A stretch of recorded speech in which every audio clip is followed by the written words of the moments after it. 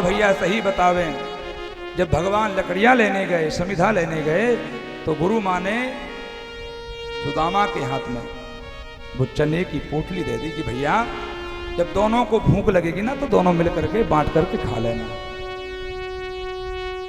सुदामा जी वो लेकर के गए, लेकिन ध्यान रखना सुदामा त्रिकालज्ञ हैं, जितेंद्रिय हैं, क्योंकि भगवान का सखा है तो साधारण नहीं हो सकता।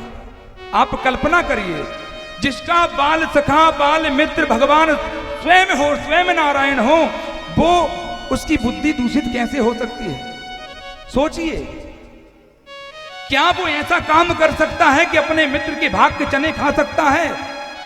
अरे मित्र वो नहीं है जो अपने मित्र को दुखी करके कुछ सुखी होना चाहता हो, उसे मित्र नहीं कहते। यदि यहां पर सुदामा स्वार्थी होते, मतलबी होते, तो आज उनकी कथा को यहां बैठ करके गाया नहीं जाता। ये ब्राह्मण है, और ब्राह्मण का ध्यान रखना, वो भूखा रह लेगा महाराज, लेकिन वो स्वाभिमानी होता है, कभी किसी के भाग का खा नहीं सकता।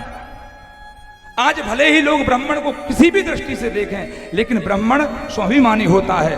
आप बुलाते हो तब आपके घर में पूजन इत्यादि करने जाता है, वो आपके घर में मांगने नहीं जाता, वो आपके घर में कर्म करने जाता है।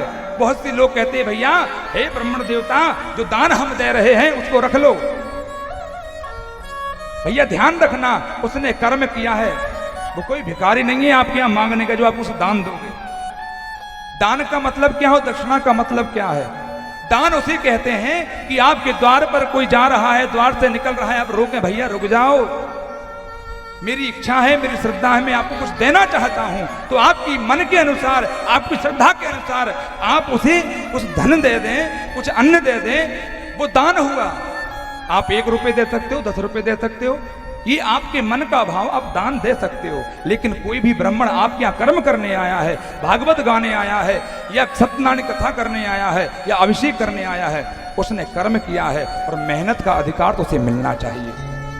और ब्राह्मण मेहनत का मांगे तो लोग कहते हैं लोभी है, लालची है, पैसे की डिमांड।